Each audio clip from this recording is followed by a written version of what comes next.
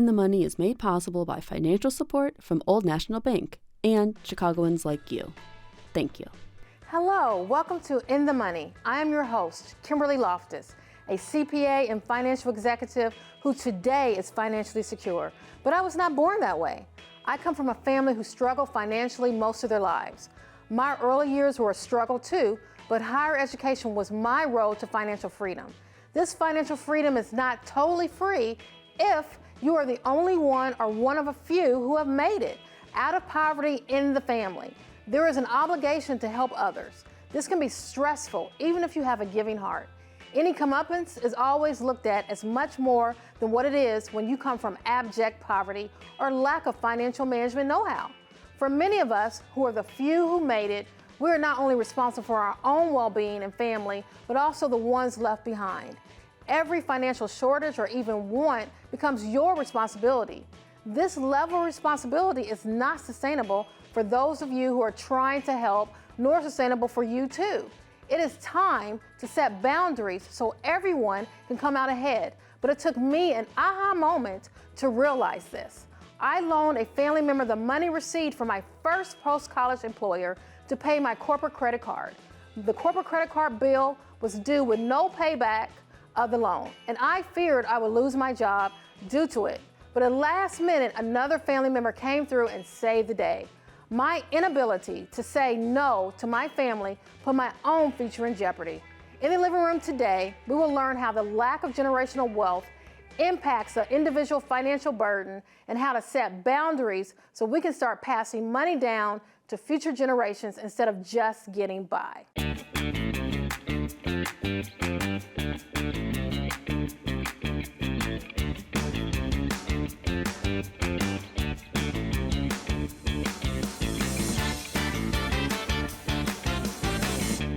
You may be wondering, what in the world does financial boundaries have to do with creating generational wealth? Well, here to explain is Charlene Reinhardt, founder of Wealthy Woman Daily, author and contributing writer to such publications as Black Enterprise, to name one. Welcome to the show, Charlene. Can you elaborate how the lack of foundational boundaries impact the ability to pass down money to future generations?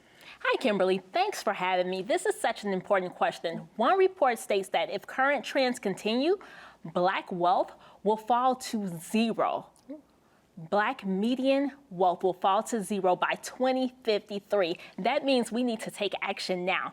Generational wealth will be eliminated. It won't be a possibility if we don't take actions now to ensure we are setting up financial boundaries with our loved ones. So can you give an example of ways that people are not setting financial boundaries? Not even, when we say loved ones, it could be even your kids getting a new pair of shoes, all the way to your great aunt asking for a loan. Can you explain a little bit more? That's correct. Let's start with the kids because we want to throw our financial power at them. We want to throw money at them so that they don't have to live the way we did, right? But we have to take caution when we go in that direction because you don't want your kids to think that everything just comes to them for free and that they can ask and mommy and daddy are the bank accounts, right? You want to start teaching your kids financial habits right now. One way you can do that is when you go to the store, look at the prices. Talk to your kids about the value of the items associated with those prices and have them use their dollars that you may have given them for allowance to pay for some items. Have them make decisions because learning how to make better decisions is key to keeping and maintaining generational wealth. Okay, so now let's go through the ages as we talk about tips for each age group. So if I'm a preteen, what would be a suggestion to help them learn about the financial boundaries of money and give them a way to pass down generational wealth to the preteen? What would you suggest? Like you gave the grocery store example, any others? Yes, we'll give them jobs that they can get paid for. I think that's beneficial. Show them the power of earning money because when they earn $100, they have to make decisions. They have to determine how they are going to allocate those funds. And if they run out of money, don't go in your bank account giving them additional funds. Teach them that they need to learn how to use their money wisely so that they can have money now and later. Plus, I think this is a valuable time to teach them about the power of having accounts like a Roth IRA, right? If your child learns how to build a retirement account at a young age, those lessons will stay with them in their adulthood and beyond that, right? So teaching kids things like that so that they can understand financial responsibility at a young age, now you won't have to fund them for the rest of their lives. Okay, they're off your bank account. What about teenagers? So we talked about preteens. What would you do for teenagers? So they have a job. How can I further give them that lesson of financial freedom and boundaries? Yes, so they have a job. Now let's think about their next steps before they become adults. What is that next step for a lot of people? Going to college. Get them involved in the college planning process. Don't just tuck away your money into an account. Make sure they are involved. So tell them, how can you fund your education as well? Through scholarships, internships. Have them think about a financial plan for their education, because now they are invested in the process, and they probably won't ditch classes either because they know that their money, their time is invested into this process. So they value it more because they have some skin in the game versus mommy and daddy paying for everything. Exactly. I like that. Now, young adults, so they've moved away from home, but they're still struggling. How can the parents or family members help them set financial boundaries so they can have something for their future generation? Yes, young adults starting out. One of the first things that they want to learn is, how do I allocate this big portion of money that I get from a job? Because I'm not just getting money, I get access to retirement accounts. I may even get access to equity benefits at work. So now you want to teach your child how to make those decisions when they sign a job offer. Should we negotiate that offer, right? Does it make sense based on your skill set? How do you manage these accounts and perks that your job is giving you access to? Because now if they can be in the driver's seat of that process, they won't have to rely on mommy and daddy for those big ticket items like buying a house later. They can start their foundation at work. How do they use the funds they have at work to support their lifestyle later? So now we went through a preteen, a teenager, a young adult. Now let's flip it to the parents themselves, the adults themselves, who are being asked to break down these financial boundaries to help extended family members, immediate family members. What would be your recommendations for them to kind of deal with that? I think you have to sit down as a family and talk about this, because generational wealth is a family affair. You cannot depend on one person if you want to create wealth for generations. So what that means is we are going to set a family meeting, and we are going to talk about those things that each one of us can do to generate money so that we can be financially independent. What things do we need to do? Maybe giving up some of those expensive habits, right? What things do we need to do in order to be independent and to be able to contribute to the family instead of taking away from the family's progress? I like that. So, but what about the extended family? I can see how that works with just, the parents and the children, but what about, the great aunt, the cousins? How do you set boundaries with, the whole family, the extended family?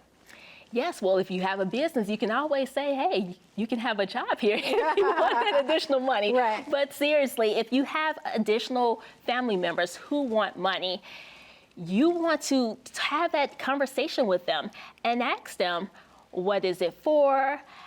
What are alternative ways you can pay for this? You want to get them to thinking about how they can finance the goals and maybe bills that they have. So give them homework. Okay. I think that's important. When you give people homework, instead of giving them money, it requires them to think about how they plan to manage their finances and if they will ever ask you for money again, because they know they'll have homework coming with that ask. So I like the educational component. I think that is a wonderful idea because you're educating family members about how to manage their money. So I love that idea.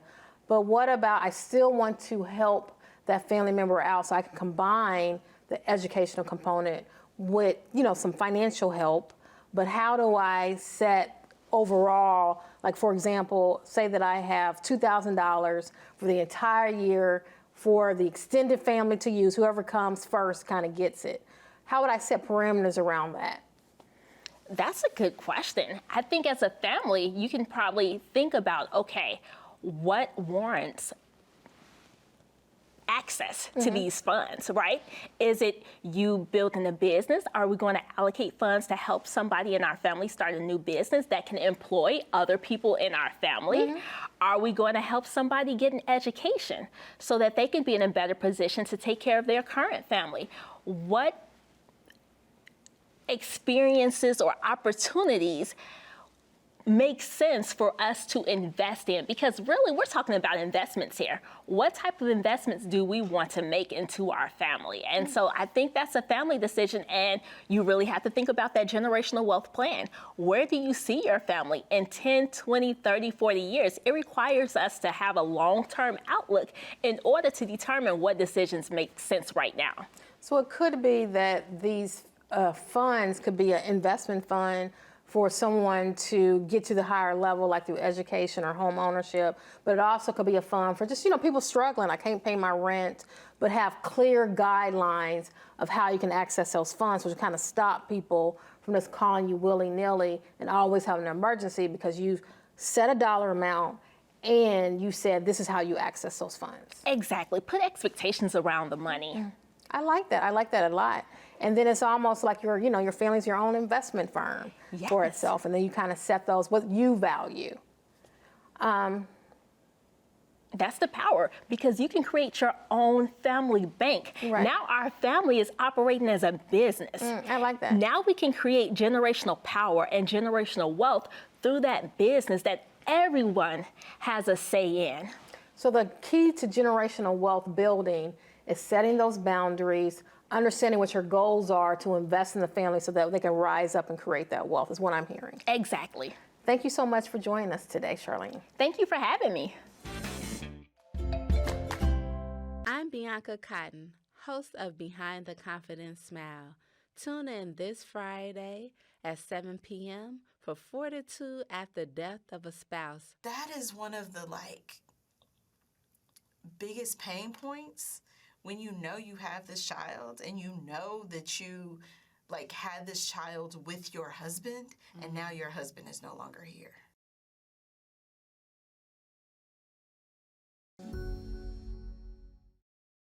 Now joining us in the living room is Tamika Hill, a licensed clinical social worker and author. Tamika, we just discussed how not setting financial boundaries can impact future generations. However, telling someone no, especially a loved one, is hard to do. Do you have any suggestions on how to handle this with our families? Yes, learning to say no and feel the guilt, because that's what most people don't want to do. They don't want to feel guilty or be the villain. And I've taught people you have to normalize being the villain, because if you're not the villain, sometimes that means you're going to overwork you. So you got to learn to be okay with that. You're going to be the villain, but you're also teaching them how to be their own resource. But what if I just have it like that? Isn't that wrong? Shouldn't I feel guilty that I'm not sharing? No such thing as you have it all. And you also don't want to enable others to not get their own, because just because you have it, you don't want to teach them to not have it by relying on you. Because believe it or not, when we give, we're teaching people or enabling them to walk their own journey to learn how to make money, save money, build their credit, because they're not learning anything if we're giving. But what about, I guess we all have those family members who kind of gonna go off because you told them no. How do I handle that in the moment? You have to be okay with people feel their feelings. Embrace that they're going to have their feelings. You don't have to have their feelings with them. You can respect that they have their feelings and be okay that you're the villain in that moment, rightfully so, and walk away. Now, Charlene, our earlier guest, mentioned some examples of how we could teach family members about money, like an investment fund.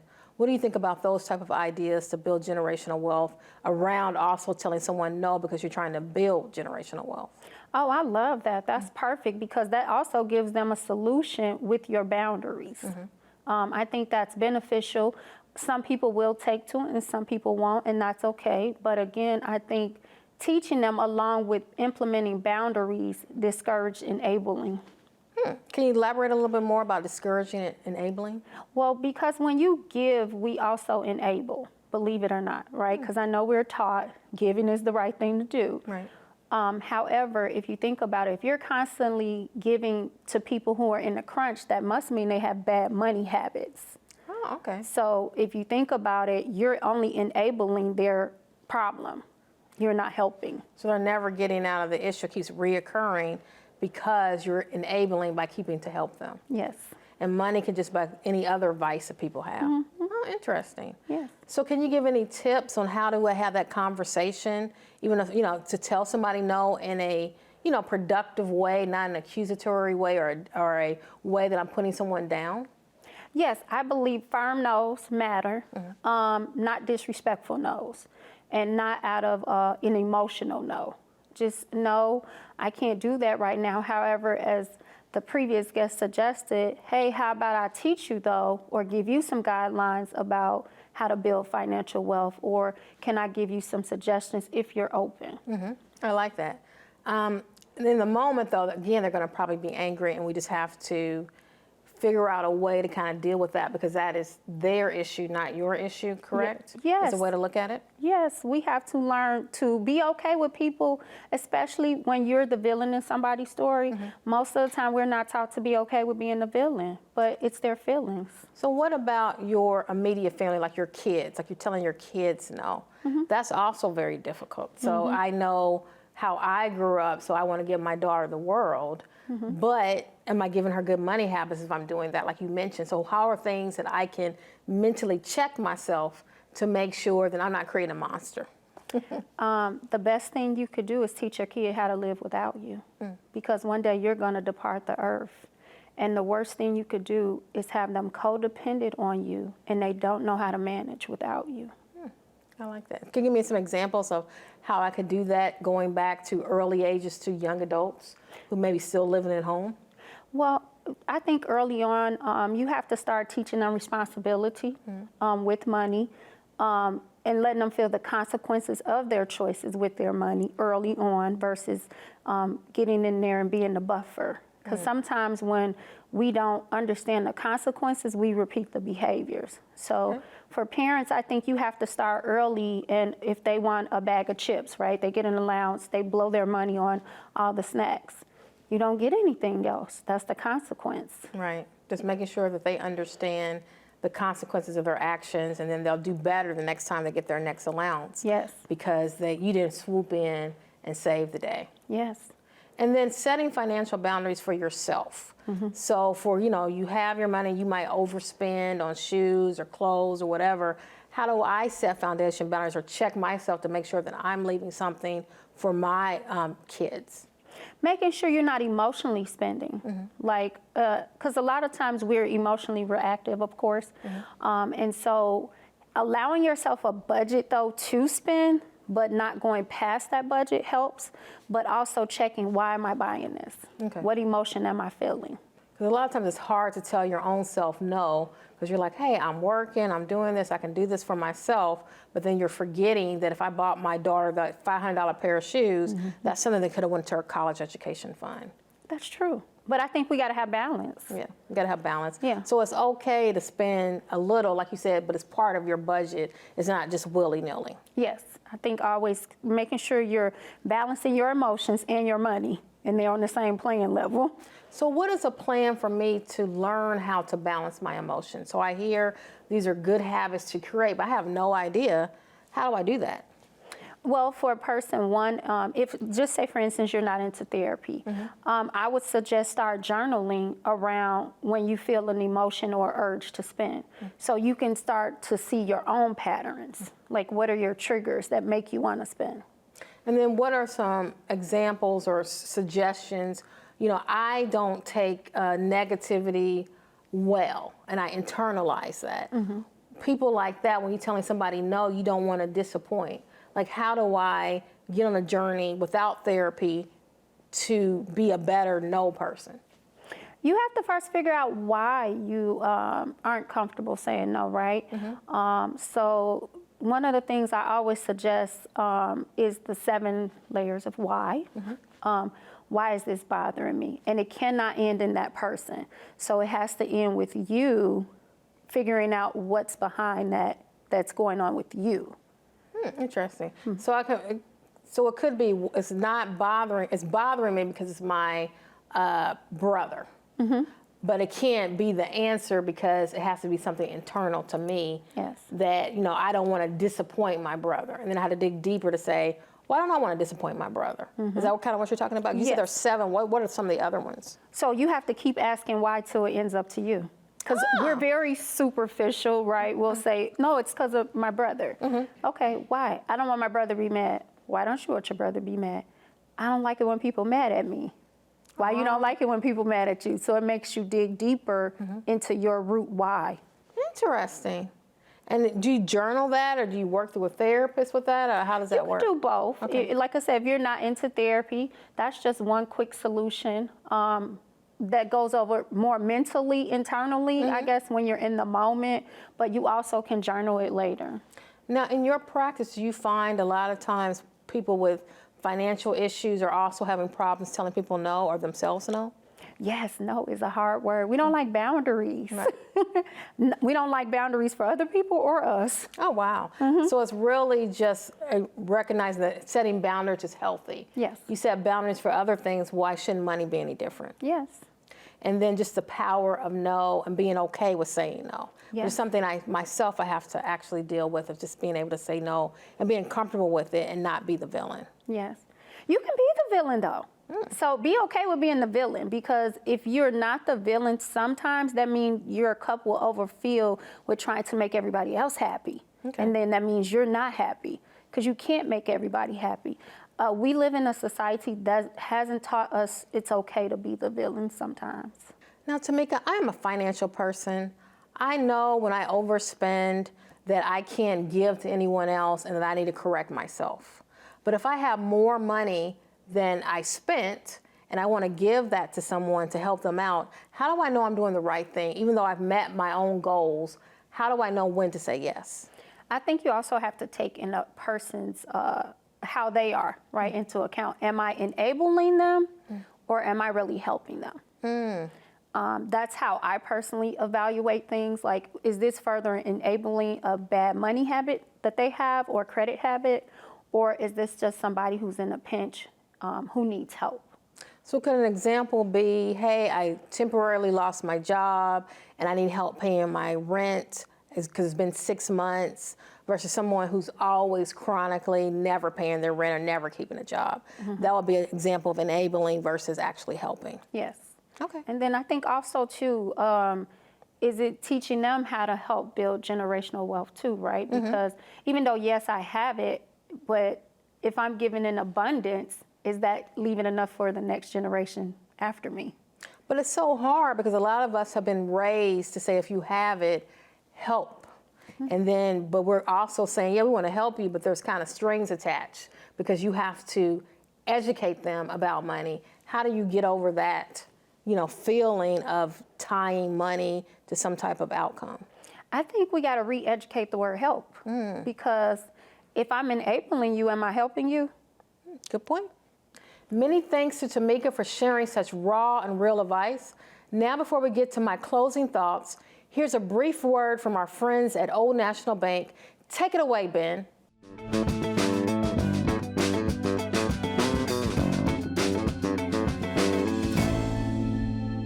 Now we're going to talk about why to work with a bank or credit union, as opposed to looking at other alternatives like payday lending, check cashing, and so forth.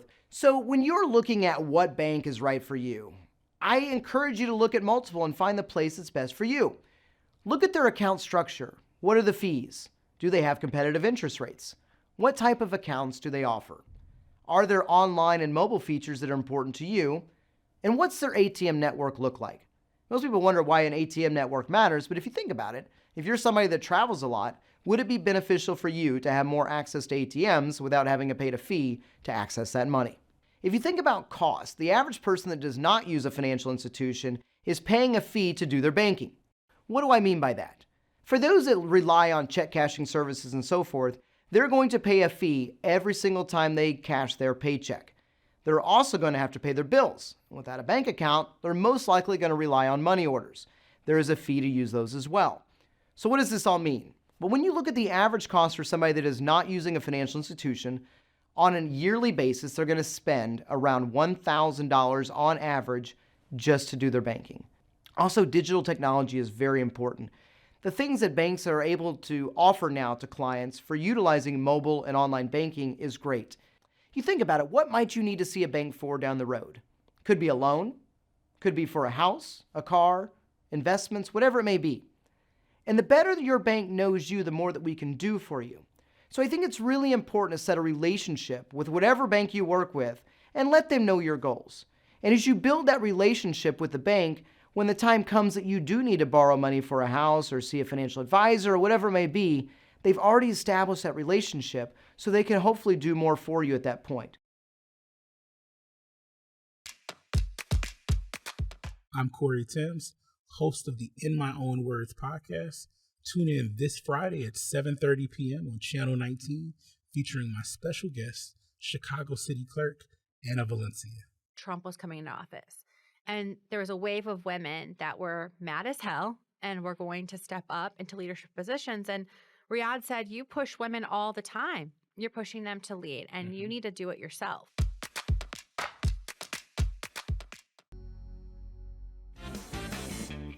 Today, we talked about wealth building, which is done over time, generation by generation, and not overnight. This requires us to be purposeful in our spending and giving habits. Purposeful giving sets limits and allows you to have something left for your kids and your grandkids, which hopefully the positive money cycle will continue. We also learned about setting healthy financial boundaries. These boundaries mean being realistic about how much you can share without harming yourself, as well as helping solve your loved one's root cause of the money emergency that occurred in the first place. My money challenge to you is to have the money talk with those family members who seem to always need financial help and set limits. Also, make sure to understand your own giving triggers that put your own well-being at risk to prevent it from happening in the future. Remember, your money journey should be progressing to a place of joy, not burden. You do not have to justify your no to anyone. And as always, I tell my daughter, the only person that should be counting my money is me.